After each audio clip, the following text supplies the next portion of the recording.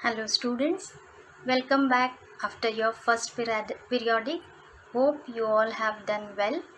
So children, in this class we are going to start new chapter of class 10th geometry, that is chapter number 6, triangles. This triangle chapter, it is the part of unit 4. Unit 4 consists of 3 chapters: triangles, circles and constructions, and the weightage given to this unit is 15 marks. Quite a good weightage. So children, this chapter is very important chapter.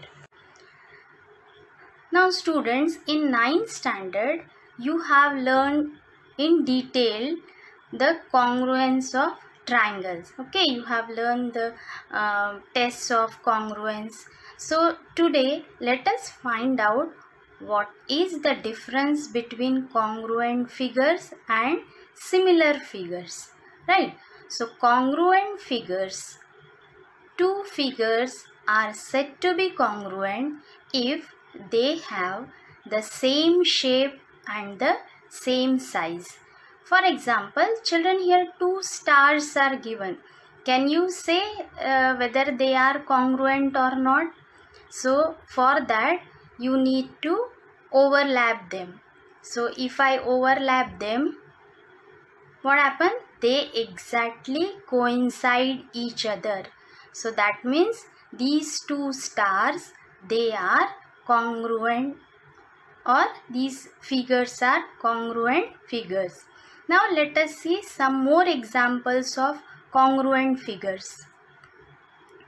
So here two smileys given. Let me overlap them. Yes. So they exactly coincide with each other. Further, these two triangles, they also coincide with each other. So these are some of the examples of congruent figures. Now, what are similar figures? Okay, so two figures having the same shape and not necessarily the same size are called similar figures. So here in the diagram you can see two flowers which are similar in shape, but are their size similar, size equal? So let us overlap each other, overlap them. No, they will not exactly coinciding each other. So that means such figures are similar figures. Their shape is same but the sizes are different, right? So we'll see some more examples of similar figures in our daily life. So in geography you study world map, or on the globe we can study the world map. So that globe and the actual earth is an example of similar figures. Even in construction, before constructing any building, what engineers do? First, they draft the blueprint of that construction by taking suitable scale. So that design, the drafted design and the actual building, they are an example of similar figures, right? Now, there are some geometrical figures which are always similar. Let us see what are those. Here, see, in the first diagram you can see the circles of different radii, isn't it? So here concentric circle, this is another circle, this is third circle. So these are all circles but their radii are different. So same shape but different size is an example of similar figure. So you can say that two circles are always similar. Come to the next example. What are these figures? They are squares. Squares of different size. So two squares are always similar.